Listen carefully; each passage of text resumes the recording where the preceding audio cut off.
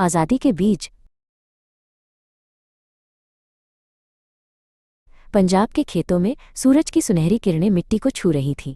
ये शाम का समय था जब गांव के बच्चे खेल रहे होते थे, लेकिन छोटा भगत सिंह न तो खेल रहा था और न ही दौड़ रहा था। वो अपने पिता के साथ खेत में था और उसका ध्यान कहीं और था। उसके पिता सरदार किशन सिंह उसे दूर से देख रहे थे। उन्होंने देखा कि उनका बेटा बाकी बच्चों से अलग था।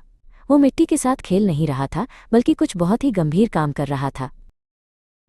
भगत सिंह ने अपनी छोटी छोटी उंगलियों से मिट्टी को खोदा और उसमें कुछ बीज दबा दिए। फिर उसने मिट्टी को धीरे से बंद कर दिया, जैसे वो किसी खजाने को छिपा रहा हो। सरदार किशन सिंह उसके पास आए और प्यार से पूछा, बेटा तुम क्या कर रहे हो?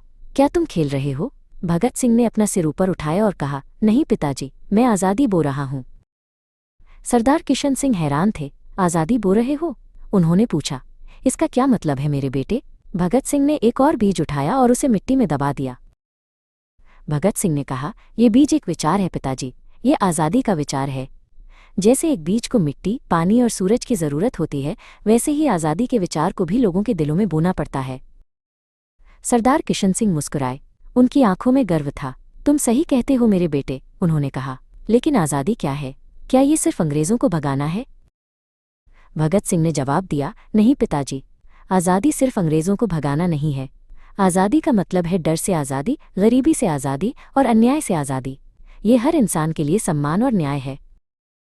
सरदार किशन सिंह ने अपने बेटे को गले लगा लिया। उन्हें पता था कि उनका बेटा सिर्फ बीज नहीं बो रहा था, बल्कि एक ऐसे भविष्य की नींव रख रहा था जहां हर कोई आज़ादी से सांस ले सके। उस दिन पंजाब के खेतों में दो लोगों ने एक सपना बोया। एक बीज ने एक विचार को जन्म दिया और उस विचार ने एक क्रांति को, और उस क्रांति का नाम था माइनस आज़ादी।